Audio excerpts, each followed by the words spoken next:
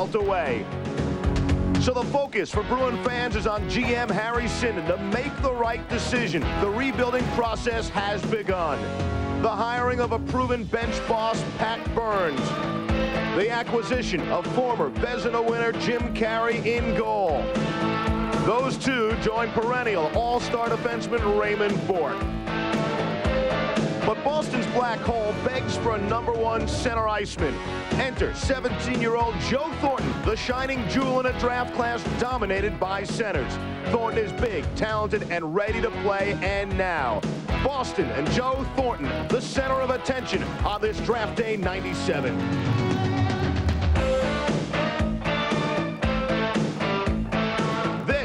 The 1997 National Hockey League Entry Draft live on TSN and ESPN2. Welcome to the Steel City, everyone, and the home of Mario Lemieux. 13 years ago, an 18-year-old dreamt of greatness on draft day 1984. It would arrive instantly as Mario's spectacular talents thrilled this city year after year, and soon after brought a pair of Stanley Cups to it. This past season saw a tearful goodbye to the hometown fans and a Hall of Fame career. But number 66 had already earned a special place in Pittsburgh, one adjacent to his rink of highlights, the Civic Arena. It is not the house that Mario Lemieux built, but the one he has kept alive. You could make the argument that the Pens might not still be in Pittsburgh if not for their special draft pick. Is there a special draft pick out there today? And welcome to what is fondly referred to as the Igloo here in Pittsburgh, everyone. I'm Steve Levy. Pittsburgh's Mario Lemieux scored his first NHL goal on his first NHL shot in Boston. So in a rather bizarre twist, will Boston score first today here in Pittsburgh?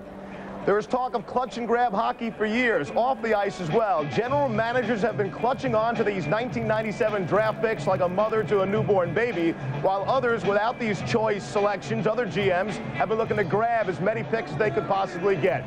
Not a whole lot of mystery here today in the first pick because Joe Thornton will go to Boston, but there's plenty of anticipation and plenty of intrigue, and for more on that, you want to look maybe a bit higher to the NHL decision makers. They are truly the movers and shakers.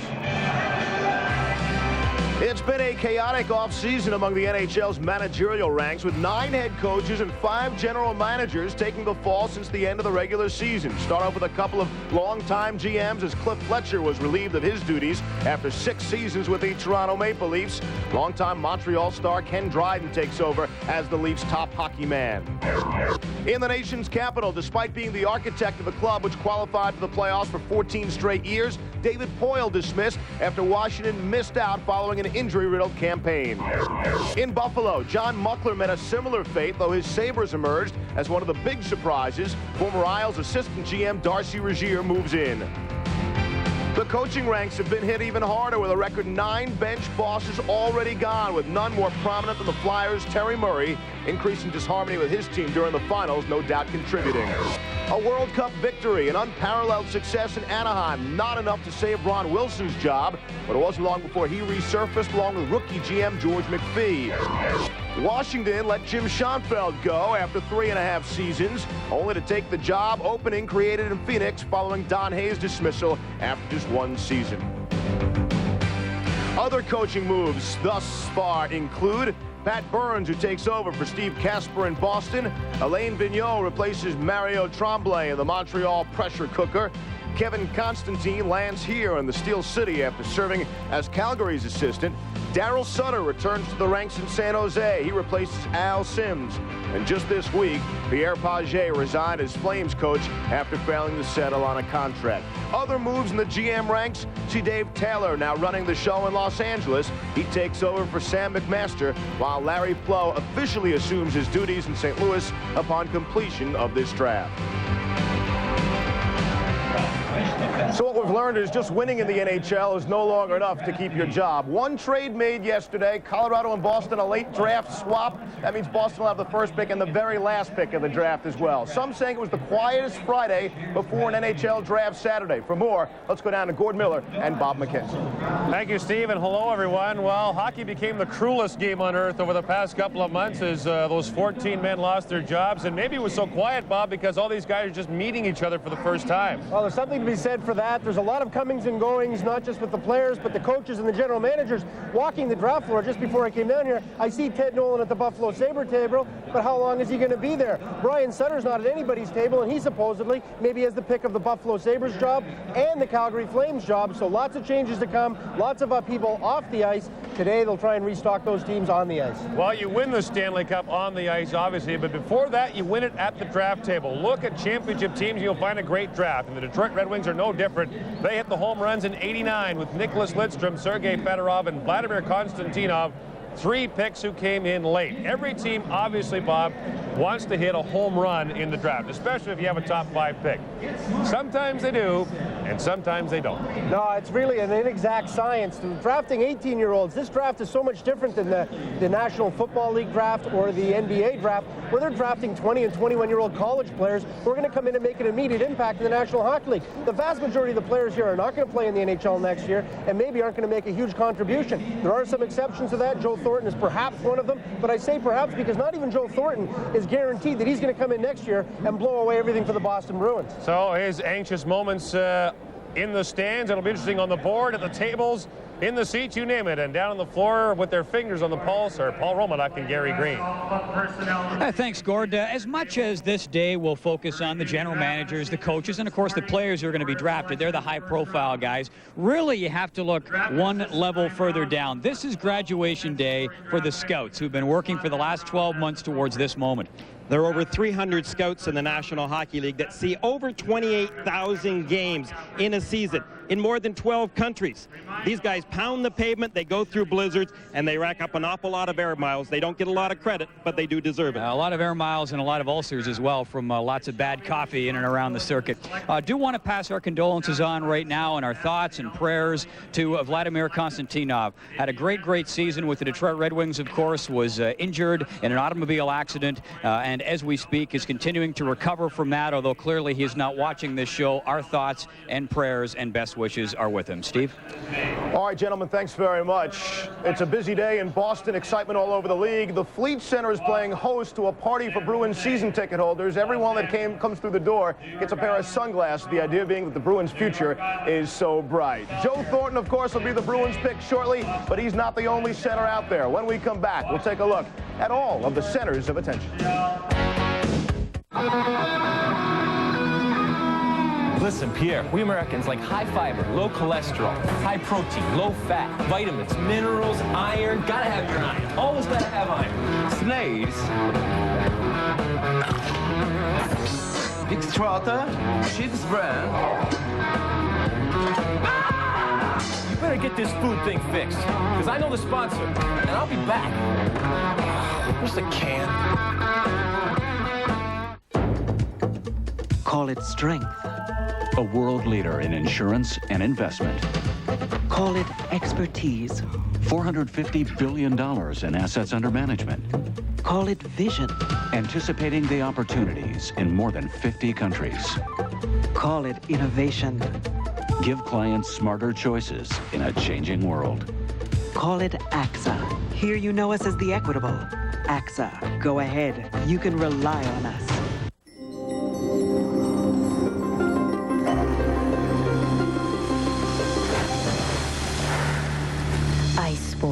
The cool, fresh scent of exhilaration.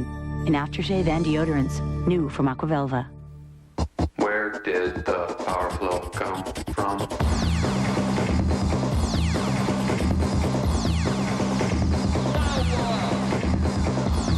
The new Power Flow sports bottle. It's faster, so you can get back into the game where you belong. The new Power Flow from Powerade. Power the working muscles when you need it. I am not done. ESPN News. Peterson, he doesn't even know what ESPN is. I was like, you watch ESPN News? He was like, what? He doesn't even know what ESPN stands for. ESPN stands for, like, it's like sports in Spanish, right? Metallic brake pad. And then becomes the selecting club, the trade contract. Inside Civic Arena in Pittsburgh on Joe Thornton Day. Defense wins championships. GMs have been subscribing to that for the last 5 years, taking a defenseman with the #1 pick. Alexander Daig in '93 to Ottawa, the exception there. Last year, 13 of the first 26 picks were defensemen. Will the defense be passing it forward to the centers today? Let's go down to Gord again.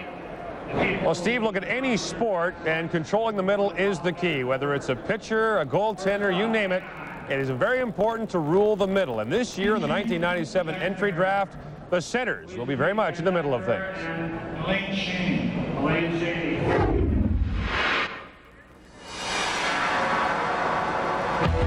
The center of all the attention is 17-year-old Joe Thornton. At 6'4" tall and 200 pounds, this personable package has all the skills for stardom. Big, strong, great vision, and creative with the puck.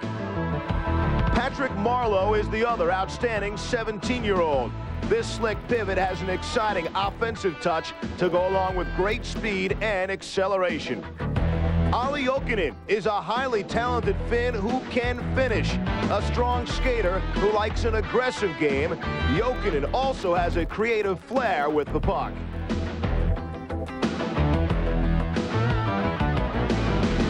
And if you're looking for a future team captain, say hi to Daniel Tkachuk, no relation. An all-around two-way threat with poise, grit, and a confident scoring touch to round out the package.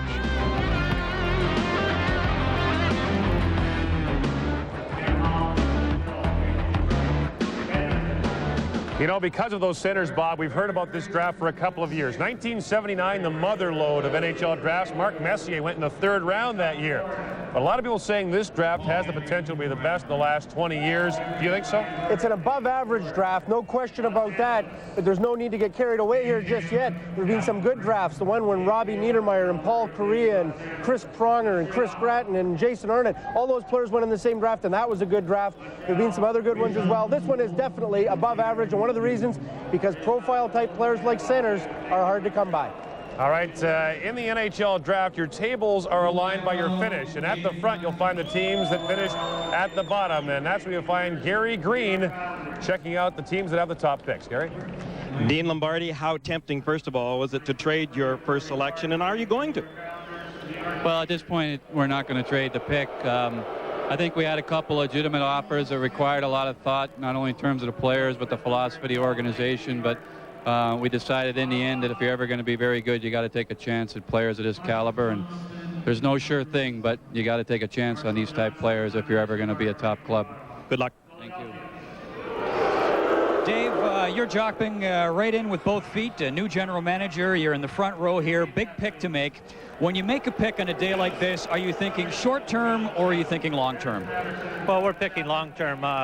Obviously, up near the top with number 3, you have a player that could possibly come in to play for you next season. But, you know, the real thinking is the impact from that player is going to be a couple of years down the road, but it's going to help the franchise in the long term. You are right in Olli Jokinen territory. Is that the direction you're thinking of? Well, there's a number of real good centermen at the top of the draft, and we feel we'll get one of them. All right, Gary? Mike, first of all, are you going to take any timeouts today? You've got a couple of picks. Yeah, we're hoping to use as much TV time as possible, Gary. We're pretty sure that it's going to go 1, 2, 3 as you see it here, and then at 4 we're gonna procrastinate a little bit, but I'm not expecting to make a move. Thanks, Mike. Okay.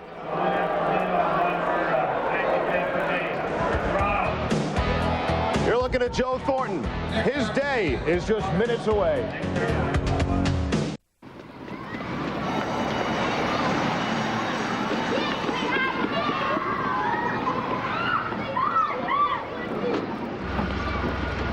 Hey, you forgot your lunch. Come out and see a team that works just as hard as yours at the Pirates Autograph Party, courtesy of Advance Auto Parts. All fans can get free Pirates autographs from 3 to 5 before the Bucks take on the Mets Saturday, June 28th at 7:05. For tickets, call 321-BUCKS or 1-800-BUY-BUCKS. Let's go to work. Hockey. NHL on hockey. The puck stops here on hockey. 1,100 square feet of hockey memorabilia, including autographed game-used sticks, jerseys and skates of Lemieux, Yager, Lalime, Francis, and Nedved, and NHL licensed merchandise like prints, banners, cards, pucks, starting lineups, Zambonis, and more. The puck stops here. Tri-State leader in hockey cards and memorabilia. 3019 Library Road. That's Route 88, Castle Shannon. 882-7720. Listen, Pierre, we Americans like high fiber, low cholesterol, high protein, low fat, vitamins, minerals, iron. Gotta have your iron. Always gotta have iron. Sneeze. Extrata, cheese brand. You better get this food thing fixed, because I know the sponsor, and I'll be back. Where's the can? New head coach Kevin Conte. Back inside the Igloo in Pittsburgh, everyone. The crowd certainly into it. Joe Thornton's sure to be excited. We're just minutes away from our first selection. We've addressed the forwards, addressed the defensemen, but what about the goaltenders? Mike Milbury, the general manager of the Islanders, has picks 4 and 5. He has already said there's no way Roberto Luongo, the goaltender, gets by him at number 5. If he takes him at number 4, that would be a history maker, because no goaltender in NHL history has ever been drafted higher than the number 5 pick. There have been 3 other goaltenders taken number 5 in the history of the National Hockey League, including most recently Tom Barrasso, of course, starred here many years in Pittsburgh, originally drafted by the Buffalo Sabres. Once again, let's join Gordon Bob. Guys? Well, Steve, you mentioned that history could be made. The Islanders sitting at 4th and 5th. They're really in the driver's seat in this draft, Bob, and there's a lot of speculation that Mike Milbury will move the pick. No speculation. He has been shopping that 5th pick around. Oh, there's no question. He's shopping the 4th and 5th picks around. However, just moments before the draft, he said that he didn't have anything that was absolutely dead set certain, didn't anticipate, and he's hoping he's going to get his best offer just before he's going to make that pick. But in the meantime, he's going to have a little popcorn, relax, and have a good time. All right, so they've gone through the roll call here at the Civic Arena in Pittsburgh. A huge crowd on hand to watch this draft, and now we'll go to the podium with Commissioner Gary Bettman. And now, hockey fans, let's have a rousing Pittsburgh welcome for National Hockey League Commissioner Gary Bettman.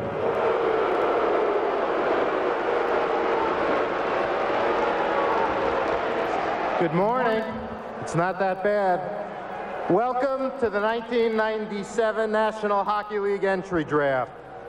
We are thrilled to be in Pittsburgh with our fans at the Pittsburgh Civic Arena.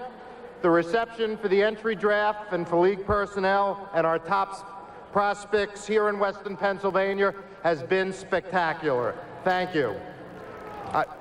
I also want to welcome all of our fans who are watching on television throughout Canada and the United States. I would also especially like to thank Howard Baldwin, Roger Marino, Craig Patrick, and the entire Penguins organization for their support and hard work in making this a great day for everyone. Before we get started, I want to take a moment to allow everyone in the hockey world to again think of our gravely injured friends, Vladimir Konstantinov and Sergei Manats-Dukhanov.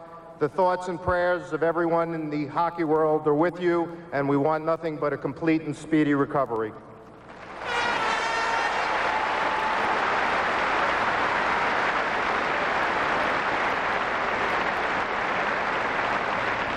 Draft selection is just a few minutes away. This is a time of dreams for our future stars, but it's also the time to think of the players' families, many of whom are here with us today.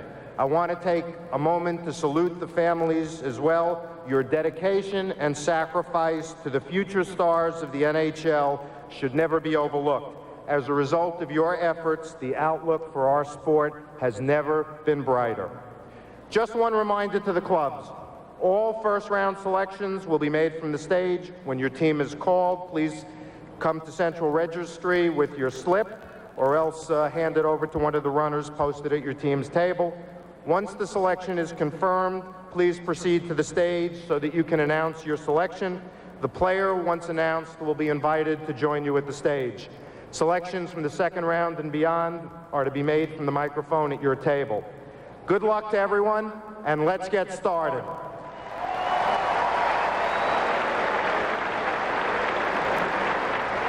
The first selection in the 1997 National Hockey League entry draft belongs to the Boston Bruins.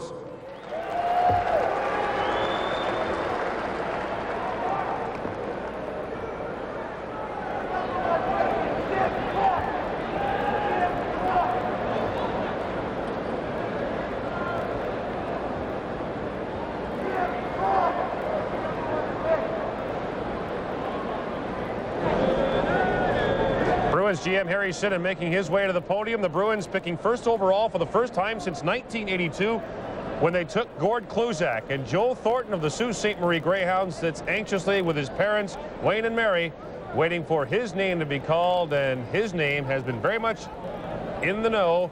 For people that know the game of hockey, his name has been very much mentioned for the last couple of years. And now Harry Sinnen will make the pick. The Boston Bruins select as the #1 pick in the 1997 entry draft, Joe Thornton from the...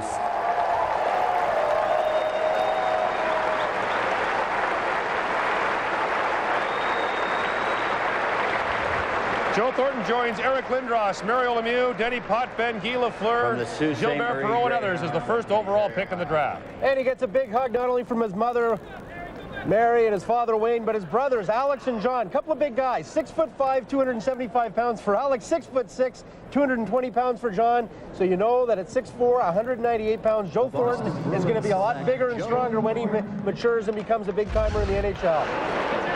Joe Thornton was a member of Canada's national junior team, an all-star with the Sault Ste. Marie Greyhounds. Had an outstanding year for the Sioux, was the only draft-eligible player to make Canada's national junior team. The only player the NHL Central Scouting Bureau rated as a potential of a 10 out of 10. They grade them on a lot of different areas. Skating, 9 out of 10. Competitiveness, 9 out of 10. Checking, 8 out of 10. Puck skills, 10 out of 10. Physical play, 8 out of 10. And hockey sense, 10 out of 10. He is a potential superstar, but may not yet make a huge impact next year. That remains to be seen. You can see Mike O'Connell, the assistant general manager, Joe Thornton's left side. By the way, Joe told me yesterday that as of noon on Friday, he had $48 in the bank. He'll do a little bit better than that. And he's the biggest thing to come out of St. Thomas, Ontario since, Bob? Jumbo the Elephant. What? That's a long story. We'll have to get into that one later, but there's a great monument to Jumbo the Elephant, Barnum and Bailey circus elephant that was killed back in the late 1800s, almost sparked an international incident. There's a big statue of Jumbo there in St. Thomas. They may be erecting one to Mary Thomas's little boy, Joe. Little Joe. Little Joe is now Big Joe down on the floor. Let's go there. Yeah, little Joe is a very big Joe, I can assure you that. Congratulations, huge day for you. Something that has struck me watching you playing over the last couple of years is the seemingly carefree attitude you have towards things. How much does that help you as a hockey player? Yeah, I just go and just don't worry about a thing. Just go and play my game, and hopefully things go well. But yeah, you can't worry about it too much. Just go out and do your thing. Hey, Joe, a little bit strange. I mean, this is a real slam dunk. They had you down in Boston beforehand, modeling the jersey and so on. Did it take some stress off of you? Has it allowed you to enjoy the day a little more? Oh, no, I was nervous going into the day, and just I'm thank God I'm going to Boston. Hey, good luck to you. Thanks a lot. Here's Gary Green. Harry, these kids just keep getting bigger in this draft, don't they?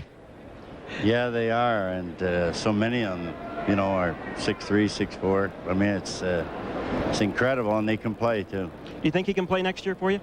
I think he can. I think he can. From what I've seen, I think he can. Well, it's going to be a pretty interesting and exciting time for Boston right now.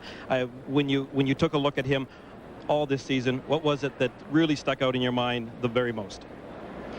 Well, I think what hit me was his all-around play. I mean, he wasn't just an offensive threat, or he wasn't just a physical player. He played both ways. He was a guy that I looked at and said, wow, he can basically do everything you need to do to be a big center in the NHL. Thanks, Harry, and an exciting time in Boston now, guys. All right, thank you, Gary. Now they got to sign him, Bob. Absolutely, and everybody thinks that's going to be a slam dunk because of the rookie salary cap, but the fact of the matter is performance bonuses can be a contentious issue. We saw that with Chris Phillips and the Ottawa Senators saying he's going back into the draft a year from now. Mike Barnett, the agent, and Eddie Meal, the agent for Joe Thornton, have received a contract proposal from the Boston Bruins, but they have not responded to it. All right, next up, the San Jose Sharks, their third top 5 pick in the last 6 years.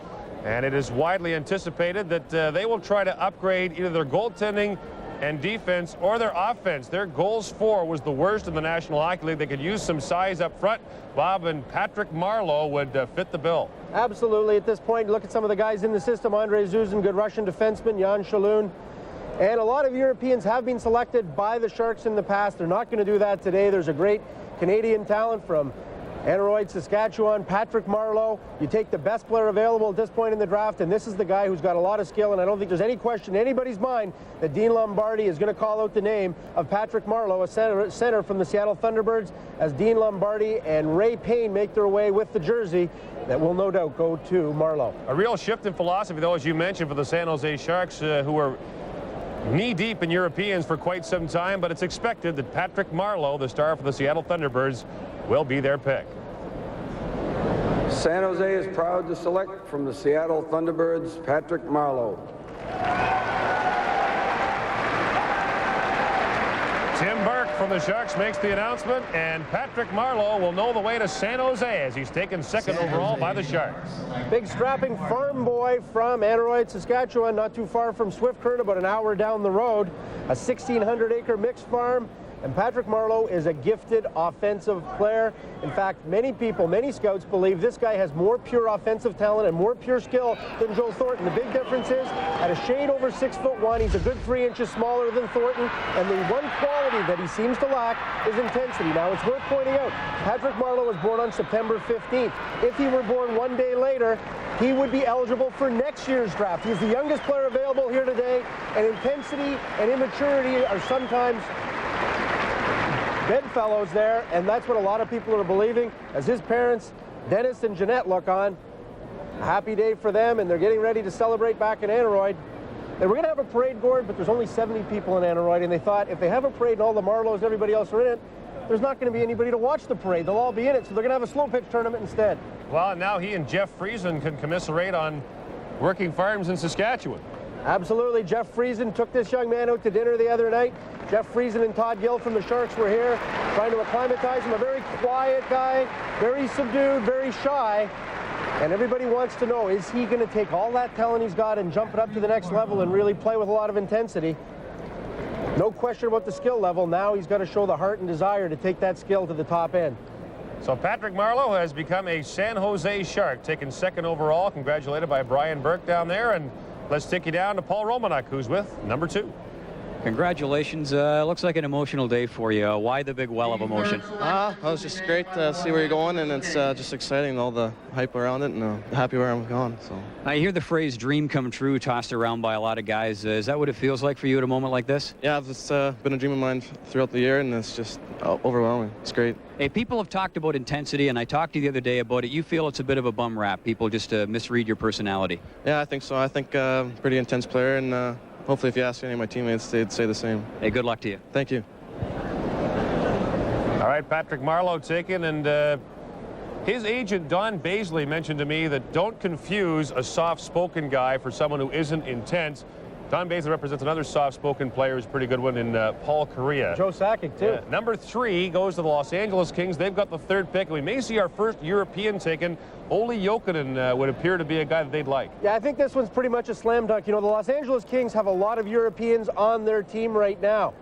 They need some offense, though. This is a team that really struggled to score goals. They brought in a lot of Russians over the past few years, and while they've contributed some, what they really need is they need some supercharged offense. They'd really like to go to a North American here if they could, but again, when you're picking number 3 overall, you can't say I want a nationality. You want a hockey player, and the best hockey player at this point is going to be Olli Jokinen. As we look at the guys they've got in the system, Pavel Rosa played, of course, in the Memorial Cup for the Hull Olympics. Netminder Jamie Storr. Some people wondered, would they take a goaltender again this high? No, they won't take Roberto Luongo here. It's going to be Olli Jokinen, a big, gritty two-way center who maybe doesn't have huge offensive upside, but he can score some really tough goals.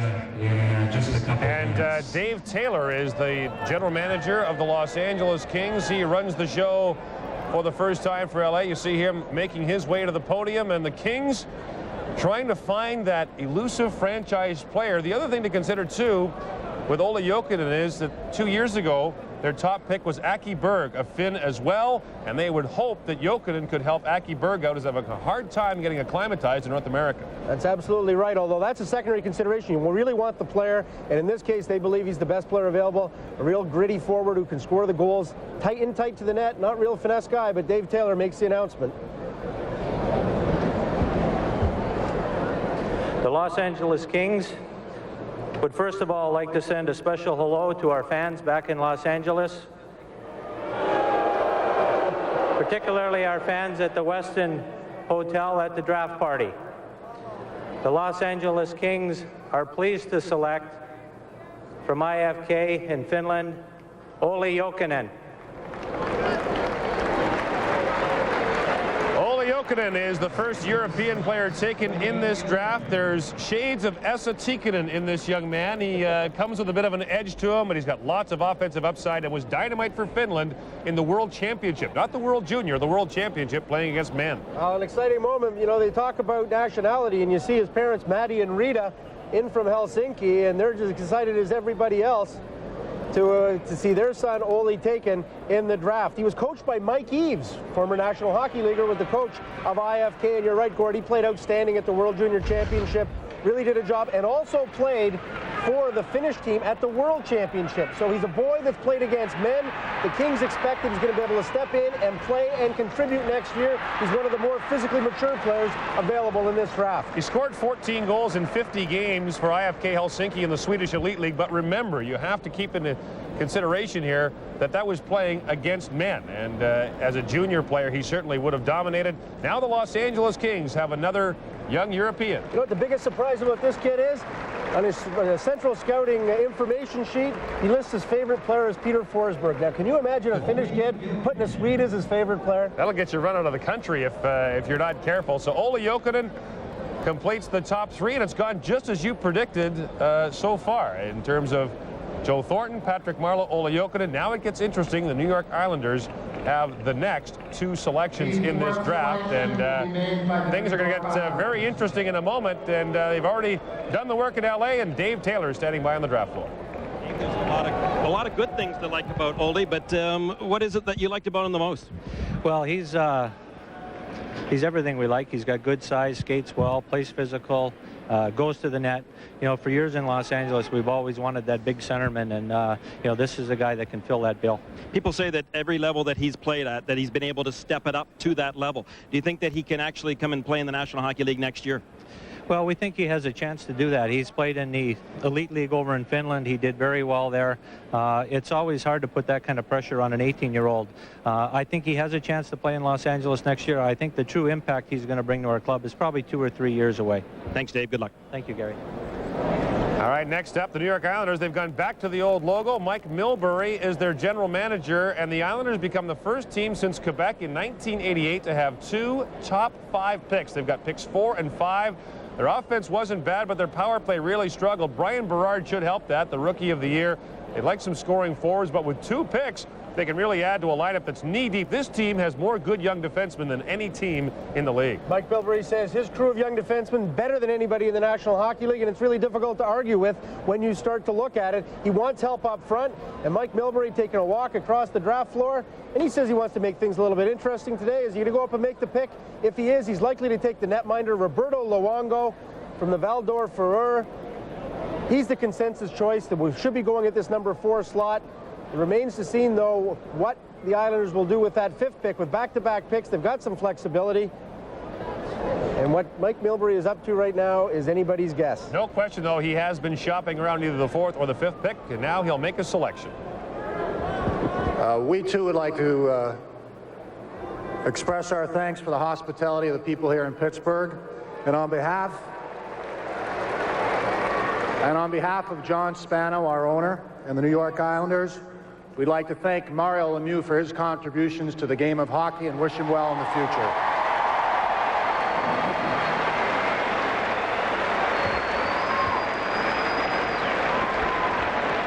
And to all our fans back on Long Island, we hope you're enjoying this day as much as we are. We are proud to select, with the 4th selection, Roberto Luongo from Val d'Or. The highest goaltender ever taken in the draft. He goes 4th overall. Roberto Luongo, a star for the Val-d'Or Foreurs. You mentioned the Quebec Major Junior League. And Bob, his draft may have been made at the Canadian Junior Hockey League Prospects game played at Maple Leaf Gardens in Toronto when he was nothing short of spectacular. He was outstanding from St. Leonard, a suburb of Montreal. Trilingual, speaks English, French, and Italian. Speaks Italian to his father, who doesn't really speak any English, and a little bit of French. Speaks a combination of English and French with his brothers and his mother, so he says he even breaks his sentences into different languages when he's having a conversation. But a big butterfly-style goaltender, really big, 6'3", just lets the puck hit him, and he's got the potential to be outstanding, perhaps a franchise netminder in the mold of a Patrick Roy. Now, the New York Islanders didn't particularly want to take a goaltender. That wasn't one of their main goals coming in here. They've got a lot of confidence in Tommy Salo and Eric Fischel and some of the other goaltenders in their system, but this guy is way too good to pass up. He is the best asset at this point of the draft, and that's why they took him. Helped lead Bobby Orr's team to the championship in that top prospects game at Maple Leaf Gardens. His favorite players are Patrick Roy and Martin Brodeur, and he knows those guys pretty well. Yeah, I'll tell you what, though, the guy that he grew up watching and really liked, and you'll like this, Gord, being from Edmonton, Grant Fuhr of the Edmonton Oilers, and you couldn't find a goaltender more different than Fuhr in terms of Luongo. Grant Fuhr was really spectacular in his movements and glove takes and sprawling all over the place, acrobatic. Luongo tries not to move as much. He tries to let the puck hit him as his parents look on. Well, Jean-Pierre Dumont was the Islanders' first pick last year, and they go back to the Quebec League for Roberto Luongo. Santonio and Pasqualina, they're happy, as are the younger brothers of Roberto Luongo, Leo and Fabio, a 12-year-old and a 10-year-old. And guess what, Gord? Guess what position they play? Yeah, they play net.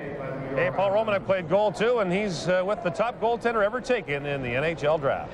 Yeah, and I could do this interview, I guess, in French, English, or Italian. We'll pick English. It'll be a little easier for me. You're a goaltender who really likes to be a leader out there in the ice, so you like to direct a lot of traffic. Does that make you a better goaltender, taking charge like that?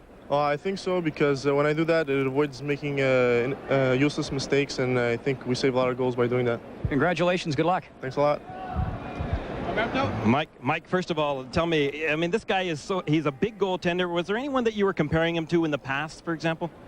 Well, it's hard to put pressure on him, but you look at a kid like Roy. I mean, he's very composed. He seems to fill the net, incredibly quick feet, and he's got huge hands and feet. You don't know how he can stick out a pad, but he flashes out pads, and we think he is one of 3 impact players that were available in this year's draft, and we're very happy that he was available. You got another draft coming up. What are you going to do? Well, I'm probably going to take a timeout and take a walk around the table. All right. Thanks, Mike, guys. All right, thank you, Gary. Now things get interesting because this is the pick that a lot of people think the Islanders might deal. They've got a lot of young players already. There's talk that Calgary may move Gary Roberts to the Island in exchange for that 5th pick. The Flames are said to covet Daniel Tkachuk, who is the next ranked player in the list. He is the 5th ranked player, and Al Arbour and the Islanders will talk about it. What will Mike Milbury do? Well, Mike Milbury stopped at the Calgary Flames table, just shouted down and said, "You guys interested?" Because the Calgary Flames would really like to get a center, and Daniel Tkachuk is there. I'm not so sure that the New York Islanders are absolutely sold 100% on Daniel Tkachuk as their guy. And now he's over there talking to, looks like Phil Esposito from the Tampa Bay Lightning, finding out what, if anything, he might be able to get from Phil Esposito's been talking a lot of trade this week. We're talking about moving guys like Roman Hamrlik and others. That's certainly not something that Mike Milbury would like to do. And we should point out they did make a swap earlier in the day. Rick Tabaracci goes back to Calgary. Yeah, actually a couple of them. It looks like Rick Tabaracci from our reports is going back to the Calgary Flames for a mid-round draft pick. And Sean Burr, also of the Tampa Bay Lightning, looks as though he's headed to San Jose Sharks for a middle-round pick. And now Mike Milbury heads back, and he's all over the place checking back with his people. And the consideration here is probably, should they take Daniel Tkachuk, a really good center, good two-way center from the Barrie Colts, or would they want to continue to build up their assets behind the blue line? Eric Brewer is a possibility for them. You see Gordie Clark, the director of player personnel, who was with Mike Milbury in Boston. He was the former chief scout for the Bruins. Says, we have a good young defense. Our goaltending is good. What we want to do is draft forwards. Well, if that's the case, then Daniel Tkachuk will soon be putting on the Islander logo. Daniel Tkachuk is the best forward available right now. Some people would say that Sergei Samsonov from the Detroit Vipers should be a consideration here as well. Having said that, Mike Milbury says he's a little bit concerned about taking a guy like Samsonov when they've already got somebody as small as Zygmunt Palffy in the lineup. Samsonov is 5'8.5", but that was Daniel Tkachuk sitting there waiting for his moment to see if he perhaps is headed to Long Island, and I don't think the Islanders could do any worse right now than to take Daniel Tkachuk. There's Gordie Clark on the right, talking it over with Mike Milbury. Ken Morrow is also a scout for the Islanders, the former outstanding defenseman and gold medalist with the U.S. Olympic team in 1980. So this is what we expected. We thought that the Islanders would waver at the number 5 spot because their options are really wide open. Tampa, by the way, you saw him talking to Phil Esposito. Tampa holds the number 7 pick in the draft. It's Calgary at 6, Tampa at 7.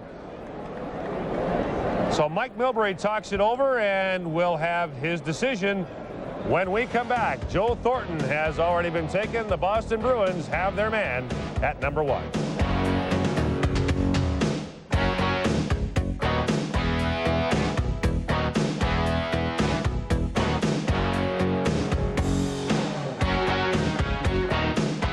Only from Domino's new pesto crust pizza. Sweet basil, parsley, and garlic baked right into the dough, then sprinkled with Romano cheese all around the crust. Call and get a large one topping just $9.99. Domino's, hot wow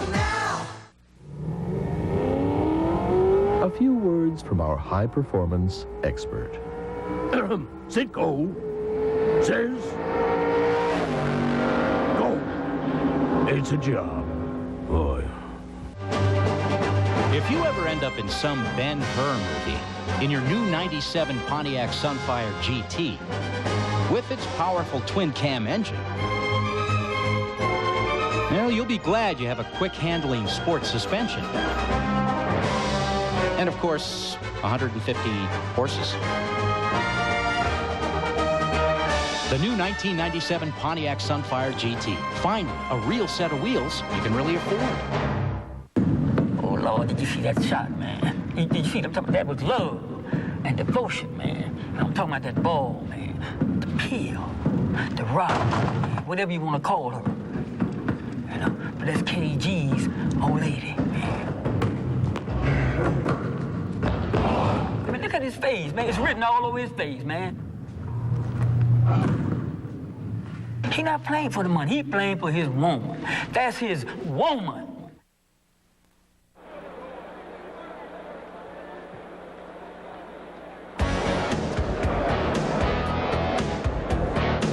Welcome back inside the Igloo here in Pittsburgh as the NHL draft moves along. 4 picks are complete. The last time, actually the first time the Islanders had a number 4 pick overall, it worked out very well for them. That was with Clark Gillies back in 1974. And of course, Jethro's uniform number 9 now hangs in the rafters of Nassau Coliseum. They hope for a similar result for the goaltender, Roberto Luongo. Mike Milbury's team did not dominate on the ice, obviously, last season. They hope to dominate in the future, but he is sure of one thing, and that is to try to dominate this draft today. Thus the timeout, thus making history by taking the goaltender, the earliest has ever been drafted in the last 4 or 5 minutes here inside the building. They've had the big Islander symbol up on the board. So Mike Milbury looking to dominate this draft and here in the early part of the first round. Once again, Gordon Bob, guys. And Mike Milbury and Phil Esposito together again. And Mike Milbury has called timeout. Teams are allowed, by the way, to take up to 25 minutes worth of timeouts, 5 minutes at a time. Milbury and Esposito have talked it over. They nod, and now we'll get the Islander decision. And this has been the pick that has been so much talked about at the draft. It really was expected. You see Al Coates, the GM for Calgary now, behind Mike Milbury, and Milbury walks past him. There was some suggestion that Calgary would like to flip picks, get up to number 5, because Calgary likes Dan Tkachuk. By the way, Bob, you are 4 for 4 from the Hockey News draft preview so far. Your top 4 have already gone. That's the easy part, Clark. If you're right, Daniel Tkachuk will be taken next. And the Islanders now have 1 minute to make their decision. Fans here in Pittsburgh getting a little restless. He's got a hat and a sweater. They're going to take a player. Well, let's go out on a limb and say that Daniel Tkachuk will be the pick from the Barrie Colts. They need help up front, although it may not be immediate help that they're getting. As good as Tkachuk is, may not be ready to play, certainly probably not ready to play in the National Hockey League next year. And Calgary looking on anxiously, hoping that Tkachuk is still there when they pick next. Here's Milbury. New York Islanders are proud to select from Prince George, Eric Brewer.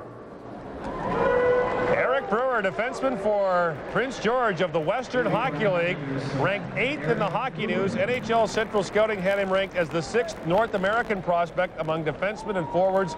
He's boyish looking, looks very young, but he's got tremendous poise. Played for a franchise that really did big things in the Western Hockey League this year after a long time in the wilderness. So Eric Brewer goes to the Islanders to add to that young defense. Again, they took what they felt was the best player available, and we talked about it early before the pick. The rumble was that they weren't absolutely sold on Daniel Tkachuk. Eric Brewer, big rangy defenseman, 6'3", who really came on strong this year in his second year in the Western Hockey League. 2 years ago, he was a 6th-round pick in the Bantam draft out of Kamloops, British Columbia, and it didn't look like he was going to be a consideration to make the Prince George Cougars, but he played extremely well. The team went to the semifinals under coach Stan Butler this year, and Brewer was a real big part of their success. Eric Brewer moves the puck well. Says his favorite player is Scott Niedermayer, who also played his junior hockey in British Columbia for the Kamloops Blazers. And now, boy, the Islanders, you think about it, Brian Berard just won the Rookie of the Year award. They've got Scott LaChance, who's still a young guy. Jason Holland, another former Kamloops Blazer, is a guy expected to make their team next year. Brian McCabe. They've got more good young defensemen, and they've just added another one. It's called asset management, and even if you don't need it now, if you're stockpiling one of the toughest commodities in the National Hockey League, big defensemen, some people have said this guy's got Larry Robinson type upside. Again, very difficult to project defenseman, but it's a happy day for the Brewer family. His dad, Frank, who works at BC Tel, and his mom, Anna, sister, Christy, who's a hockey player herself. Terrific day for the Brewers, Gord. And by the way, Bob, that's your 8th-ranked player in the Hockey News draft preview. So you went 4 for 4, but now your number 8 goes number 5 to the Islanders, and the Calgary Flames, you'd have to think, are pretty excited about their next pick. But right now, let's go down and hear from Eric Brewer. Eric, congratulations. I know you're a guy who is a great admirer of Scott Niedermayer. I guess a bit of a Kamloops connection there. Is that the kind of player that we can expect to see in a few years? Is that your style? No, I don't think so. I think I'd be a more rounded player. I tend to stay back a bit more than he would. I mean, obviously he's more offensive and is a stronger skater, so I tend to be more rounded. Hey, thanks and good luck to you. Thank you. Mike, how close did you come to making a deal with Tampa or Calgary? It was close, not just with them, but with a lot of teams. And in the end, there wasn't a happy mix. And our guys were convinced that these were the two players. Beyond Thornton and Marlowe, we thought Luongo was certainly an impact player. And then the next best player for us was Eric Brewer. We didn't want to part with that opportunity, but we had to test the waters, and we're thrilled to get him. Thanks, Mike. Good offensive defense you're building there in the island. Well, yeah, and listen, I think by now it's safe to say the New York Islanders have the best young defense corps in the National Hockey League. Good luck. Thanks, Mike. All right, next up, the Calgary Flames. Their first-round picks, there's been a bit of a curse in Calgary. Trevor Kidd was taken in 1990, but since then, players like Nicholas Sundblad and Corey Stillman, Jesper Mattson have struggled somewhat. They have the 25th ranked offense in the National Hockey League. They could use some size because a lot of their top scorers are on the smaller side, but they could also use some grit. Nat Delmakelly, by the way, was acquired from the Hartford Whalers. Denny Gauthier is a thumping defenseman that they think will make their team next year. The Calgary Flames, though, we think covet Daniel Tkachuk or Sergei Samsonov, but you got to think this is Tkachuk. No, it'll absolutely be Daniel Tkachuk. They were thinking Tkachuk would be gone at this point, and they would have to make a choice between Eric Brewer or Nick Boynton. I'd be absolutely shocked right now if Al Coates and Nick Polano and Tom Thompson making the decision here for Calgary don't take Daniel Tkachuk, a team that's been in a lot of controversy in the last few days, deciding what they're going to do with this pick, some internal strife as to who they'd like to take. Nick Polano makes the pick. Thank the great fans of Pittsburgh for their hospitality.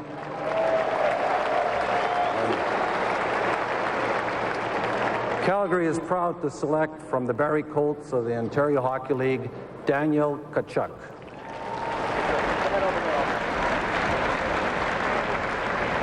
A potential captain who 2 years ago was playing high school hockey for Upper Canada College in Toronto. He's a young man with tremendous poise. 45 goals this year for the Barrie Colts. 6 foot, 190 pounds. Did not make the national junior team. A disappointing part of the year for him, but really played a major role for Barrie. 2 years ago in the Ontario Hockey League midget draft, Daniel Tkachuk was the first player taken. Joe Thornton was the second player taken. A lot of people wondered why Bert Templeton, the head coach of the Barrie Colts, was taking a guy like Tkachuk ahead of Thornton. Thornton was probably rated higher, and as we see today, seems to be the better player. The reason is very simple. Bert Templeton thinks he was going to get him for 3 or 4 years. He expects that Daniel Tkachuk will be back playing for the Barrie Colts. He knew Joe Thornton was only going to be a 2-year player, and with an expansion franchise, they wanted to get some more time. There's his agent, Bobby Orr. Bobby Orr now fully into the agent business in a big way with Wolf & Associates out of Boston. Interesting role for perhaps the greatest player of all time as Tkachuk makes his way up to take the sweater. Daniel Tkachuk, a very serious young man, well-educated, contemplated a U.S. college route instead of going to major junior, but felt that was the best way to get to the NHL. A team asked him this week during interviews if he could meet any dead person, who would he want to meet? And Tkachuk answered back, but you can't meet dead people. They said, well, no, but if you could. He said, well, why would I want to meet a dead person? They said, never mind. What's your favorite food? We'll move on from there. Considered to be an outstanding character player. The Central Scouting Report on him says he doesn't know the word quit. See the sweater with his name already. The youngest captain in the Ontario Hockey League this past season. His favorite player is Paul Kariya, and a real good offensive player. And he says, Tom Thompson, don't put that cap on my head. I will do it myself. And that is the kind of guy that Daniel Tkachuk is. He gives no quarter. He's very assertive, not afraid to stand up and speak his mind. He's been very outspoken in the past. A very interesting individual. He spoke up about Alexander Volchkov, his teammate who was drafted by Washington last year, and how disappointed he was in him. By the way, Daniel Tkachuk as well is not related to Keith Tkachuk. The names are spelled differently. He is a very, very distant relative of former New York Ranger Walt Tkachuk. And that's his mom, Christina, along with his father, Andrew. Daniel's first-generation Canadian. The Tkachuks are Polish immigrants. They came, and Daniel Tkachuk is with our Paul Romanov. Congratulations, youngest captain in the Ontario Hockey League. The word I keep hearing about you is leadership, leadership. Where does that come from? Does it come from a coach? Has it come from your parents? Where do you learn that? I guess it's come from my parents, my brother, who's been there my whole life, and they just said when I was small, you want to be a leader, you want to be a follower, and ever since I've been small, I like to lead. So I guess that's where it came from. Well, I'll let you lead your way to the table. Congratulations. Thank you. Al, you're looking for his leadership? Well, everybody keeps telling us that that's something that we need, but we need lots of things, and certainly I think he exemplifies just about everything that we do need. We need leadership, we need tenacity, we need a centerman, and when a kid's a captain of his team and junior at 17 years old, selected by a real good coach, Bert Templeton, you know that he's got all those qualities. So we're ecstatic, to tell you the truth, that this would unfold this way for us here today, and we're able to get this great young player at our pick. Speaking about leadership, rumors very strong that your next coach is going to be Brian Sutter. Well, we're going to interview a bunch of people, several as a matter of fact, here in the next few days, and Brian would have to be considered a candidate for sure. As you said it all, there's lots of leadership there in Brian Sutter, but we have to go through a process. Going to take our time. I told everybody we weren't going to do anything until today was over. So our new priority begins on Monday with try to find the selection of a head coach for Calgary. Thanks, Al. Guys. All right, Al Coates makes his pick. Now the turn of the Tampa Bay Lightning. General Manager Phil Esposito, Director of Player Personnel Tony Esposito, and Chief Scout Don Murdoch. They could use a big scoring winger. Dino Ciccarelli was their only winger to score 18 goals. Their offense was ranked low. There's a lot of talk about a defenseman for Tampa, and you look at their system, they've got some D coming. They've also got David Lankow, a young player that has had a good start to his National Hockey League career. Sergei Samsonov, the Russian, is out there, a small guy who scored big time for the Detroit Vipers. There's also a defenseman named Brad Ferentz out there. Well, I'll tell you what, they've got guys like Chris Gratton and Jason Weimer and Damon Lankow up front. They need some oomph on defense, and the guy that fits that mold is Brad Ferentz, a big banging defenseman, a 300 penalty minute guy, and that is apparently the guy that the Tampa Bay Lightning would like to take. Now, their first choice at this point would have been Eric Brewer, but he went to the New York Islanders at number 5 overall. There's been some talk. The talk between Esposito and Milbury centered on moving up to 5 so they could get in on some of the big players, maybe Tkachuk or Brewer. And the guy that the Islanders were looking for was none other than Dino Ciccarelli, but that deal never materialized. As well, too, remember that the Tampa Bay Lightning are for sale. And this team is in the process of being sold, so there has been some flux there as well. Tony Esposito will make the decision. Tampa Bay selects Paul Mara of the Sudbury Wolves. Wow. Whoa. Paul Mara of the Sudbury Wolves becomes the first American-born player taken in this draft, and this is something of a shock. Bob, you ranked him 13th in your Hockey News draft preview. Mara was ranked by NHL Central Scouting a little further down the list than that. He's at 7th among defensemen and forwards. So when you combine them, he'd be a little lower than that. But this young man went to Sudbury, He was expected to be the savior. Had a tough time there this year. The fans got on him a little bit, but look at the size of him, and you can see why Tampa likes him. Another Bobby Orr client, a big defenseman out of the Boston area, left Belmont Hill Academy to go and play junior hockey in Sudbury, and he came with a lot of fanfare. There was a lot of rumors about big dollars being thrown his way, and education packages, and vehicles, and the whole 9 yards, and the Sudbury fans expected that they were going to get a real finished product defenseman. But again, this guy's a real project. You remember Wilson, who used to play Wolves and ended up, he's put all the elements of his game together, but they are all there. He's big, he's strong, he's mobile. But I know there are a lot of teams that will look at this, at Mara going this high, and be a little bit surprised that they thought maybe he would drop out of the top 10.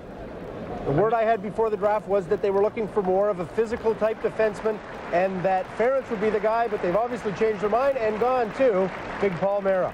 Paul Mara, by the way, a native of Ridgewood, New Jersey, and he was a player that at the World Junior Championship did not have a great tournament. He was ranked 4th at the midterm by NHL Central Scouting and dropped down to 7th, based primarily on his performance at the World Junior Championship. But look him stand next to Phil Esposito, who's a big man in his own right, and you can see that Paul Mara is a giant of a defenseman. And young Mr. Mara has now been drafted, and the Boston Bruins will go back to their next pick. But before that, let's go down to Paul Romanuk, who's with Paul Mara. Paul, congratulations. You went a lot higher than you were projected. Did you pay much attention to that, and did you expect, in fact, to go to Tampa? No, I really didn't pay attention much to the, ratings. I just went along with what people said, and I really didn't expect to be drafted this high, but it's a great honor to be. Thank you. Good luck. Thank you very much. Paul Mara. Phil, first of all, you've got to like his size. You were a big hockey player. We love his size. We absolutely love it, and we like the fact that he's a defenseman. If there's any position that we need help in, we defense, and now we feel that with the kid that we got 2 years ago in McBain, and the kid we got LaRock last year, and this kid, our defense bodes well for the future. How long do you think it is before he's going to be able to play in the National Hockey League, though? I think it's probably going to be a couple of years. I don't see, outside of Thornton and Jokinen, and maybe Marlowe, I don't know whether any of the other guys can play in the National Hockey League right now. But it'll be a couple of years. But, you know, when they're that young and that big, it can get nothing but get better. Thanks, Phil. Okay. Next up, the Boston Bruins with their second top 10 pick. They've got the number 8 selection. Now, interesting, Sergei Samsonov, the Russian who played for the Detroit Vipers, is still available. But you think back to the Dmitry Kvartalnov experience with the Boston Bruins of a few years ago that didn't work out at all, and you wonder, this team had only 2 20-goal scorers. Remember, the Bruins used to always have about 6 or 7. Jim Carey was a question mark in goal, but they do have some players coming. Cameron Mann, the Memorial Cup most valuable player in 1996 for the Peterborough Peach. Jonathan Aitken, a defenseman, had a good year for the Brandon Wheat Kings. And Trent Whitfield, a center for the Spokane Chiefs, who played for Canada's national junior team, was a good one as well. So what will the Bees do, Bob? Well, they've also got a new coach, Pat Burns. Boston really progressively and marketing this team like they've never marketed it before. There are a lot of empty seats in the Fleet Center last year. They're really putting on a show. They've been doing a lot of stuff with Thornton, and they really like having this 8th pick overall that they picked up by virtue of the Glenn Wesley trade a few years back. It was a trade/free agent signing with the Hartford Whalers. This is the last of the 3 first-round picks that they're using on that. And the 2 guys that they're looking at here are Sergei Samsonov from the Detroit Vipers and Daniel Cleary from the Belleville Bulls. Now, they came into the draft. The International Hockey League, Detroit Vipers, Sergei Samsonov. Sergei Samsonov, who made a controversial decision to come to North America and play in the International Hockey League. He said he has absolutely no regrets. Rick Dudley, who coaches in the International Hockey League, told me that Sergei Samsonov would have eaten major junior hockey alive this year. And he scored 29 goals in the I this year, as we said, playing against men. Well, there's not very many 15-year-olds that played for Viktor Tikhonov with the Central Red Army Club, but this young man did. He wears number 30. He's always worn number 30. He says he'd like to wear number 30 in the National Hockey League, and I said a goaltender may have something to say about that. He doesn't care that it's a goalie's number. A great one-on-one player, terrific skills, and just dynamic player. And I'll tell you what, he learned how to play the other side of the puck this year with the Detroit Vipers. He was a +33, the plus-minus leader on the Detroit Vipers, 3rd overall in the International League in plus-minus, scored 4 goals in Game 1 of the Turner Cup Championship, and really got his team off to a good start in that championship, which they went on to win. The knock on Sergei Samsonov is very simple. He's 5'8", 184 pounds. Can he score goals and do the one-on-one things in the pro game, in the NHL game that he was able to do in the IHL and back in Europe? Well, it's the second traded pick of this first round. Earlier, the New York Islanders, with Toronto's first-round pick that they acquired, took Roberto Luongo, and now the Boston Bruins with a Hartford selection. The last pick they get for Glenn Wesley have taken Sergei Samsonov. Size was a consideration for him until he went to the World Junior, Bob. He was so good at the World Junior Championship in Geneva, it was really something else. Absolutely. His parents, Victor and Tatiana, looking on, and his 15-year-old brother, Yuri. His dad actually came over and lived with him this year just to make sure that he was going to acclimatize properly. They had a condo in Auburn Hills, not too far from the Palace, and he was able to spend time with him, cook for him, make sure he got the right foods in him, and that those were all the things that he thought he needed to do. Let's go down to Gary Green with Pat Burns.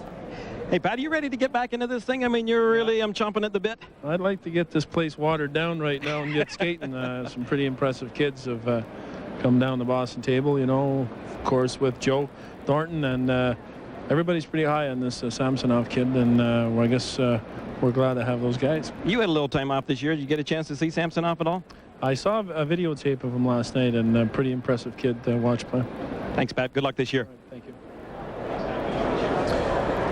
Lots of firsts in this NHL draft already. Patrick Marleau, the first out of the Western League, the first European player. Olli Jokinen went to Los Angeles. And the 4th player, the first goaltender, Roberto Luongo for the New York Islanders. Draft Day 97 from Pittsburgh continues after this.